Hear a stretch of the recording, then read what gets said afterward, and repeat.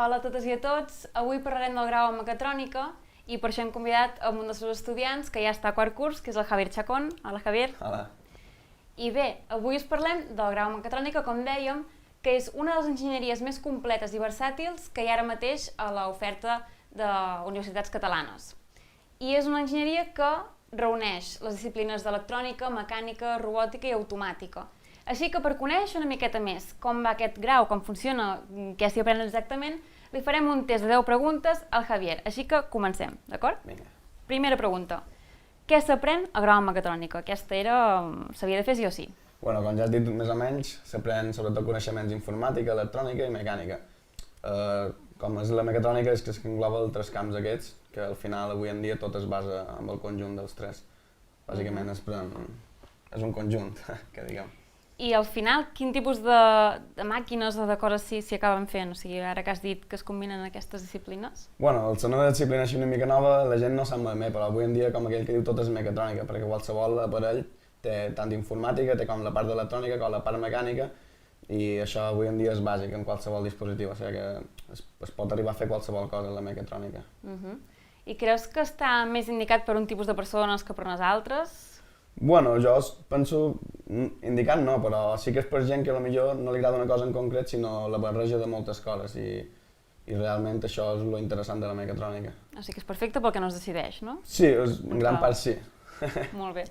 I creus que abans de començar la uni necessites algun tipus de coneixement previ, que la gent està molt preocupada per és que no porto bé la física o no porto bé les mates o... No, precisament en el meu cas jo vaig fer 2 mòduls, un mitjà i un superior, i vaig venir a la universitat sense haver fet batxiller ni cap tipus d'això, i estic a quart, o sigui que al final són les ganes. Perfecte, molt bé.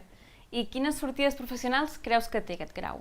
Bueno, sortides professionals, al ser un grau bastant obert, tens molta varietat, tant d'organització de projectes a qualsevol fàbrica, com desenvolupar nous productes, com manteniment industrial, és molt ampli. I per què vas decidir estudiar-ho? Perquè no decidies entre moltes coses, també? Bueno, perquè haver fet també cicles m'interessava una mica, tot m'agradava l'electrònica, també m'agradava programar, la mecànica sempre m'havia agradat una mica l'atenció, i al conèixer la mecatrònica doncs em vaig decidir bastant ràpid. I què és el que més t'agrada i el que més t'ha sorprès de la carrera, del grau? El que més m'agrada poder estar a la part més de robòtica, que sempre, clar, realment engloba aquestes parts i és bastant interessant. I el que m'ha sorprès poder, no sé, la capacitat que arribam a aprendre d'espavilar-nos, de salvar problemes, que et donen un projecte que no saps per on agafar-lo i en poc temps ets capaç de portar-lo a terme, i això penso que és una actitud bastant interessant.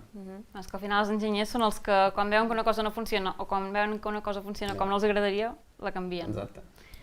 I què li recomanaries a un futur estudiant de mecatrònica, algú que estigui pensant en estudiar aquest grau? Doncs que si realment li fa ganes, que no pateixi, que si és el que li agrada segur que ho traurà, que realment ho has de fer per ganes, no ni et faci por, ni és tan difícil ni tan fàcil, que és simplement que si és realment el que li fa ganes, que disfrutarà. I a tu, què t'agradaria dedicar-te quan acabis aquesta carrera, que ja estàs? Bueno, jo tinc la sort com altres companys que ja estem treballant, o sigui que no hi ha moltes carreres avui en dia que no poden dir que abans d'acabar la carrera ja estiguis treballant de lo teu, o sigui que si no ja estic treballant com a enginyer, o sigui que és molt ampli. Perfecte. I què t'està semblant l'experiència universitària? Què t'ha semblat? Perquè ja acabes, si és que no vols continuar, clar. Molt bona, l'allargaria 5 anys més, faria una altra carrera només per repetir-la. Bueno, és una experiència molt diferent a qualsevol altra cosa, que penso que si la vius et serveix per tota la vida.